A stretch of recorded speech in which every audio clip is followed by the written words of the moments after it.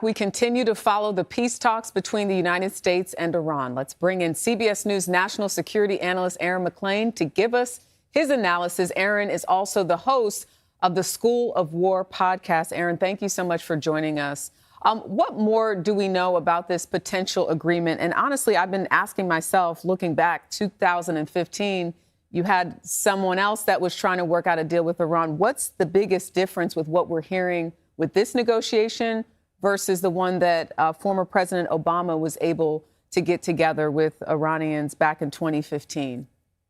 Well, that's a great question, because I think a fair number of Republicans, a fair number of Iran hawks are concerned that there's not that much difference between what President Obama negotiated with the Islamic Republic a decade ago and the structure, I think we could say, of the deal that may be coming together now. It did look yesterday, Saturday, as though we were pretty close to some sort of memorandum of understanding about the road ahead. Here, Sunday morning, this is very fluid. The president had a truth on Truth Social just a couple of hours ago saying he's telling his team to take their time. So I don't know quite how imminent this is at the moment. It may be that the delay is because there's been, people like Senator Roger Wicker, Senator Ted Cruz, former Secretary of State Mike Pompeo came out with pretty strongly worded criticisms of the coming deal here just over the last 24 hours, just on the premise of the question you just asked.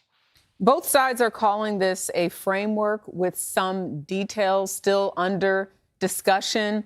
Is an agreement really close? Do we know the sticking points? And how do we trust a government that clearly doesn't like us? Oh, again, great questions. What is being negotiated is this memorandum, which would set out some short-run stipulations about the restriction, the lifting of the American blockade on Iranian ports, the lifting of the Iranian blockade on the Strait of Hormuz itself, extend the ceasefire for a period of time. We've heard 60 days, and over that 60 days, you would see other issues negotiated along the lines laid out in the memo, but not necessarily agreed to up front in the memo. For example, everything concerning the nuclear program. So it's not even really a deal that's being discussed right now, but an extension of a ceasefire, some sort of limited deal on the Strait, and then future discussions about the nuclear program. And by the way, there are real sticking points about what it means to open the Strait. I do not think that Iran simply not charging tolls up front is the same thing as the complete opening of the Strait. Yeah, because, we keep talking about pocketbook issues and the impact that this has had on gas prices.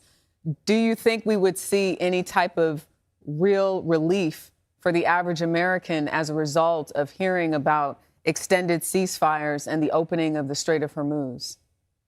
Well, look, if the Iranians actually did what American people in the administration have been claiming is going to be part of this deal, which is you have the complete opening of the Strait, a return to pre-war conditions where you have 130, 140 ships going through a day, and then that actually came to pass quickly. Yes, that would have a positive effect in the middle to long run on the economy. There still would be some shortages and some inflationary pressures that need to work their way through the system, but it would be a good thing.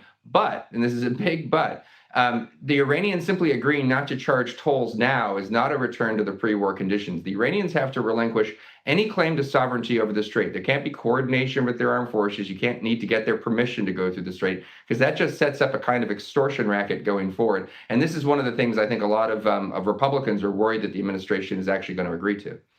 So it sounds like a lot still needs to be worked out.